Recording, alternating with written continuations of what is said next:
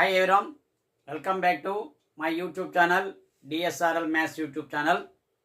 ఈరోజు మనం మ్యాథమెటిక్స్లో మంచి మార్కులు రావాలంటే మనం ఏ విధంగా చేయాలి, దానికి సంబంధించి ఎటువంటి పద్ధతులు అవలంబించాలి, అదేవిధంగా కొన్ని మ్యాథమెటిక్స్ టిప్స్ని ఈ యొక్క వీడియోలో మనం తెలుసుకుందాం. ఈ యొక్క వీడియో 6వ తరగతి నుంచి 10వ తరగతి చదువుతున్న విద్యార్థులందరికీ కూడా ఉపయోగం కాబట్టి ఈ యొక్క వీడియోని స్కిప్ చేయకుండా మొదటి నుంచి లాస్ట్ వరకు చూడండి. ఈ యొక్క వీడియోని 6వ తరగతి నుంచి 10వ తరగతి చదువుతున్న విద్యార్థులందరికీ కూడా షేర్ చేయండి. కనీసం 10 మందికి మీరు పంపినా సరే ఒక్కరైనా ఈ యొక్క వీడియోని చూసి మారితే మనకి మంచిది అవుతుంది. కాబట్టి వీడియోని స్కిప్ చేయకుండా మొదటి నుంచి లాస్ట్ వరకు అన్ని పాయింట్స్ని కూడా క్షుణ్ణంగా మీరు అవగాహన చేసుకోండి. సో ఈ విధంగా మీరు కనుక పాటిస్తే ఖచ్చితంగా మ్యాథమెటిక్స్లో 100కి 100 మార్కులు రావడం ఖచ్చితం. కాబట్టి ఈ యొక్క వీడియోని పూర్తిగా చూడండి. సో వీడియోలోకి వెళ్ళే ముందు ఎవరైనా సరే మొట్టమొదటిగా మన ఛానల్ చూస్తుంటే DSRL maths YouTube channel subscribe చేయండి. అదే విధంగా ఈ యొక్క వీడియోని సబ్స్క్రైబ్ చేసి బెల్ ఐకాన్ నొక్కి పరాలను నొక్కితే నేను ఎప్పుడైతే కొత్త వీడియోని మీకు అప్లోడ్ చేస్తానో మీకు నోటిఫికేషన్ రూపంలో రావడం కూడా జరుగుతుంది. సో వీడియోలోకి వెళ్ళిపోదాం.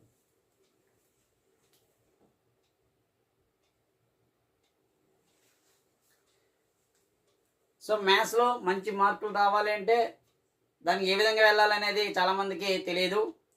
సో కొన్ని పాయింట్లు కనుక ఈరోజు చెప్తాను, ఆ పాయింట్ ఖచ్చితంగా పాటించండి. మొదటి పాయింట్, మనం డైలీ ఒక 1 అవర్ మ్యాథ్స్ని ప్రాక్టీస్ చేయాలి.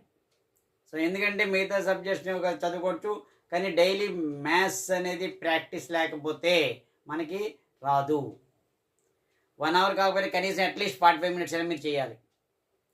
Practice makes a man perfect. మనం ఎన్ని రకాలుగా మోడల్స్ మార్చుకుని నెంబర్స్ మార్చుకుని ప్రాక్టీస్ చేయగలిగితే అంత మంచిది. కాబట్టి మనకి ఏవైతే క్లాస్ రూమ్లో చెప్తారో అవి ఇంటికి వెళ్ళిన తర్వాత కనీసం 1 గంట మ్యాథ్స్ అనేది డైలీ హోంవర్క్ ఉన్నా లేకపోయినా మీ యొక్క టెక్స్ట్ బుక్ తీసుకోవడం, ఏవైతే అయిపోయో ఆ చాప్టర్స్ని అన్నిటిని కూడా రోజుకి 45 నిమిషాలైనా లేదా కనీసం 1 గంట చేసుకుంటే చాలా మంచిది. అంత టైం మనకి కేటాయించలేకపోతే కనీసం అట్లీస్ట్ 45 మినిట్స్ అయినా మీరు మ్యాథ్స్ అనేది ప్రాక్టీస్ చేయాలి. ఖచ్చితంగా ఇది ఒక ఫస్ట్ పాయింట్. 45 నిమిషాలు ఎవరైతే daily Sunday, Monday, Tuesday, Wednesday, Thursday, Friday, Saturday, Sunday, Monday అలా 24/7 అన్న ప్రతిరోజు కనుక మీరు ప్రాక్టీస్ చేయగలిగితే 1-2 రోజులు మీకు కుదరకపోతే అవ్వచ్చు, అది దాన్ని మనం ఏం చేయలేం. కాబట్టి మ్యాక్సిమం డైలీ ఒక 1 అవర్ అనేది అయితే మనం ప్రాక్టీస్ చేయాలి. ఓకేనా? రెండో పాయింట్ చూద్దాం.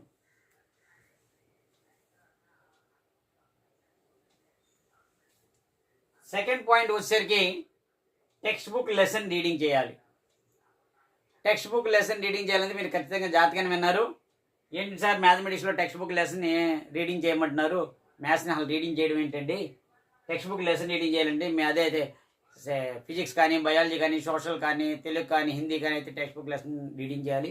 మ్యాథ్స్లో ఏం చేస్తామంటే ఓన్లీ సమ్సే కదా ప్రాక్టీస్ చేయాలి. టెక్స్ట్ బుక్ లెసన్ రీడింగ్ చేయాలంటే దాని మీనింగ్ ఏంటంటే, suppose for example text book ఉంది మనకి. సో ఈ టెక్స్ట్ బుక్లో మనకి మొట్టమొదటిగా మనకు ఒక చాప్టర్ స్టార్ట్ అయ్యే ముందు ఫర్ ఎగ్జాంపుల్ ఇది రియల్ నెంబర్స్ అని ఉంటుంది.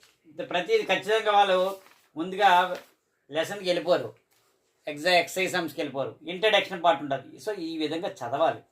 So in your earlier classes you have learned about the number line and how to represent the various types of numbers. So ఈ విధంగా చదివితే నెంబర్ని ఈ విధంగా ఉంటుంది.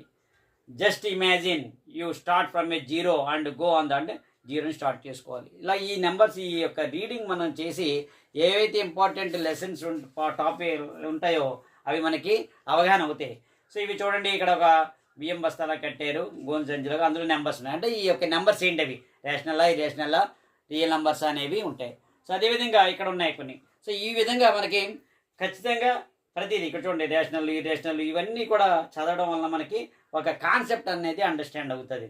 సో అదేవిధంగా రేషనల్ అంటే ఏంటి, ఇరేషనల్ అంటే ఏంటి, ప్రతి చాప్టర్ ముందు కొంత ఇంపార్టెంట్ అయినటువంటి ఇది ఇవ్వడం జరుగుతుంది మనకి.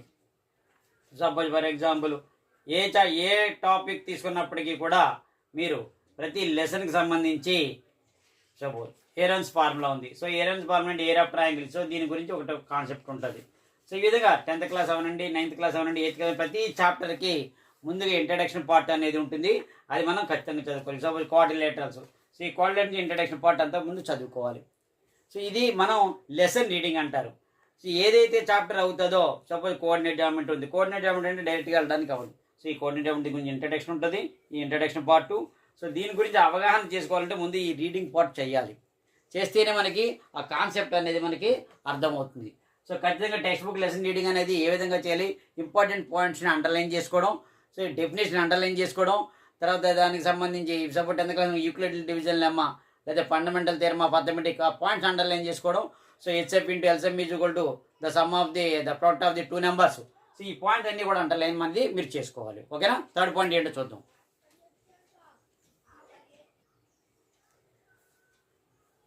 మూడో పాయింట్ కనుక చూసుకుంటే ఫార్ములాస్ చదవాలి. ప్రతి చాప్టర్ వైజ్ ప్రతి చాప్టర్లో దానికి సంబంధించి డెఫినేషన్ ఉంటాయి, ఫార్ములాలు ఉంటాయి. అవన్నీ కూడా ఒక బుక్ పెట్టుకుని రాసుకోవాలి. ఇప్పుడు సపోజ్ 10th క్లాస్కి వచ్చేసరికి రియల్ నెంబర్స్ చాప్టర్ ఉంది. దాంట్లో Euclid division lemma method definition ఉంది, and fundamental theorem of arithmetic definition ఉంది, ఫార్ములాస్ ఉన్నాయి. హెచ్ఎఫ్ అంటే LCM is equal to product of two numbers. HCF అంటే the product of two numbers by LCM. LCM కావాలంటే product of two numbers by HCF. అలాగే one number కావాలంటే HCF into LCM by other number. ఈ విధంగా formulas ఉన్నాయి. Composite numbers ఇవన్నీ కూడా రాసుకోవాలి. అలాగే పోలినామియల్స్కి వచ్చేసరికి పోలినామియల్ అంటే ఏంటి, పోలినామియల్లో టైప్స్ ఆఫ్ పోలినామియల్స్, సో ఇవన్నీ కూడా ఉంటాయి కాబట్టి అవన్నీ కూడా మనం చేసుకోవాలి. అలాగే ఫార్ములాస్ ప్రతి దానికి కూడా చాప్టర్ వైజ్ మీరు ఒక ఫార్ములాస్ రాసుకోవాలి. కోఆర్డినేట్ జామెట్రీ ఉందనుకోండి, కోఆర్డినేట్ జామెట్రీలో ఫార్ములాస్ ఉంటాయి. Distance between 2 points, mid point, section formula, try section ఏ విధంగా చేస్తారు, ఈ విధంగా అన్నీ కూడా స్లోప్ కానీ లేదా మిడ్ పాయింట్ కానీ ఇవన్నీ కూడా ఫార్ములాస్. సో ఒక పాయింట్ కింద రాసుకుంటే మీరు ఎప్పుడైతే సిలబస్ అంతా అయిపోతుందో అవన్నీ కూడా ఒక మీకు 14 చాప్టర్ సంబంధించి ఫార్ములాస్ మీ దగ్గరికి వచ్చేస్తాయి. అలాగే ట్రిగ్నోమెట్రీలో ఫార్ములాస్ ఇవన్నీ కూడా మనం ఫార్ములాస్ అనేది రాసుకోవాలి. ఇది మూడో పాయింట్. నెక్స్ట్ పాయింట్ ఎటు చూద్దాం.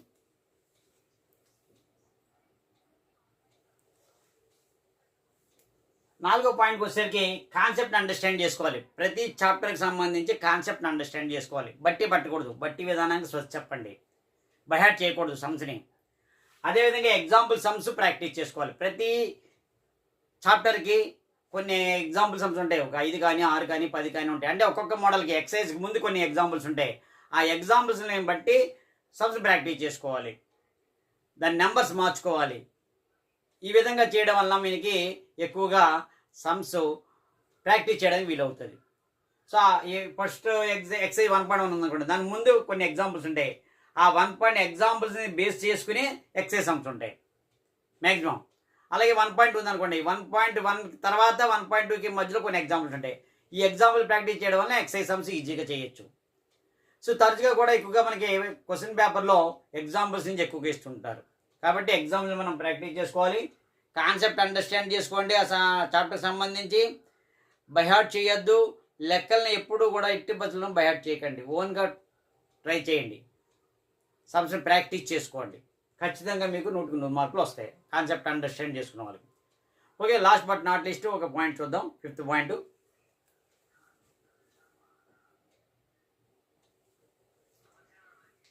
లాస్ట్ బట్ నాట్ లీస్ట్, ఈ 5వ పాయింట్ చాలా ఇంపార్టెంట్. క్లాస్ రూమ్లో టీచర్స్ చెప్పినప్పుడు పాఠాలు ఏవైతే చెప్తారో, లెసన్ చెప్తారో, మ్యాథ్స్ చెప్తారో అప్పుడు చాలా శ్రద్ధగా వినాలి, వాటిని ఫాలో అవ్వాలి. Pay attentive in the class room. Teachers అంతా కూడా చాలా చక్కగా చెప్తారు. ఏ స్కూల్ అయినప్పటికీ కూడా, ఏ టీచర్ అయినప్పటికీ కూడా క్లాస్ రూమ్లో చాలా శ్రద్ధగా పిల్లలకి అర్థం అవ్వాలనే ఉద్దేశంతో మీకు చెప్పడం జరుగుతుంది. సో అప్పుడు క్లాస్ రూమ్లో మీరు డిస్టర్బ్ అవ్వకుండా, గోల్ చేయకుండా చాలా శ్రద్ధగా వినాలి. ఆ టీచర్లు చెప్పిన పాఠాలు వినాలి, టీచర్లు చెప్పేటువంటి మ్యాథ్స్ని వినాలి. వాళ్ళు ఏం చెప్తున్నారు, ఎలా చెప్తున్నారు, ఎలా చేయాలి, సమ్స్ చెప్తున్నారు, అవన్నీ కూడా క్లాస్ రూమ్లో అటెంటివ్గా ఉండి మనం వినాలి. వింటే మీకు ఖచ్చితంగా ఈ చెప్పినప్పుడు ఏదైతే చెప్తారో అవన్నీ కూడా అవగాహన అయ్యి నెక్స్ట్ మీరు ఇంటికి వెళ్ళిన తర్వాత చేసుకోవడం అవుతుంది. లేని పక్షంలో ఏమవుతుంది, మీకు అర్థం కాదు. ఇంటికి వెళ్ళిన తర్వాత చూస్తే ఏం అర్థం కాదు. తర్వాత క్లాస్లో CW పక్క వాళ్ళు తీసుకుని రాసేసుకుంటే మీకు అర్థం కాదు. కాబట్టి pay attentive in the class room. టీచర్లు చెప్పినప్పుడు పాఠాలను చాలా శ్రద్ధగా వినాలి, అదే మెయిన్ పాయింట్. సో ఈ 5 పాయింట్లు ఖచ్చితంగా మీరు పాటించండి. ఈ అకాడమిక్ ఇయర్ ఫస్ట్లో ఉన్నారు కాబట్టి ఇంకా మీకు చాలా టైం ఉంది. జూన్ నెలాఖరు ఇది. July, August, September, October, November, December, జనవరి, ఫిబ్రవరి, మార్చి, ఇంకా 8 నెలలు రమారమి 8 నెలలు టైం మీ చేతిలో ఉంది. ఖచ్చితంగా మీకు 100కి 100 మార్కులు వస్తాయి పబ్లిక్ ఎగ్జామినేషన్లో. సో ఏ క్లాస్ అయినప్పటికీ కూడా యాన్యువల్ ఎగ్జామినేషన్స్ ఉంటాయి కాబట్టి మార్చిలో కానీ ఏప్రిల్లో కానీ ఖచ్చితంగా ఈ పాయింట్లని మీరు పాటించండి. మ్యాథమెటిక్స్లో 100కి 100 మార్కుల అవకాశం ఉంది కాబట్టి 100కి 100 మార్కులు రావాలంటే ఈ 5 పాయింట్లు ఖచ్చితంగా ఎవరైతే పాటిస్తారో వాళ్ళకి డ్యామ్ షూర్గా 100కి 100 మార్కులు వస్తాయి. Thank you very much. Next వీడియోలో మళ్ళీ కలుద్దాం. మంచి కాన్సెప్ట్ తోటి మళ్ళీ మీకు మంచి టిప్స్ అనేవి చెప్పడం జరుగుతుంది. అదేవిధంగా 10వ తరగతి సంబంధించి వీడియోలు కూడా చేయడం జరుగుతుంది. 9th క్లాసు 8th క్లాసు అదేవిధంగా ఏవైతే చాప్టర్స్ ఉన్నాయో వాటి మీద వీడియోలు కూడా తయారు చేయడం జరుగుతుంది. సో కాబట్టి ప్రతి ఒక్కరు కూడా డిఎస్ఆర్ మ్యాథ్స్ యూట్యూబ్ ఛానల్ని సబ్స్క్రైబ్ చేయండి. బెల్ ఐకాన్ నొక్కి ఫరాల నొక్కితే ఎప్పుడైతే నోటిఫికేషన్ నేను వీడియోని పెడతాను మీకు నోటిఫికేషన్లో రావడం జరుగుతుంది. సో ఖచ్చితంగా ఈ యొక్క వీడియోని 6వ తరగతి నుంచి 10వ చదువుతున్న విద్యార్థులందరూ కూడా మీరు తెలిసిన వాళ్ళు ఒకరో ఇద్దరు ఉంటారు ఫ్రెండ్స్, వాళ్ళకి షేర్ చేయండి. Okay, thank you very much.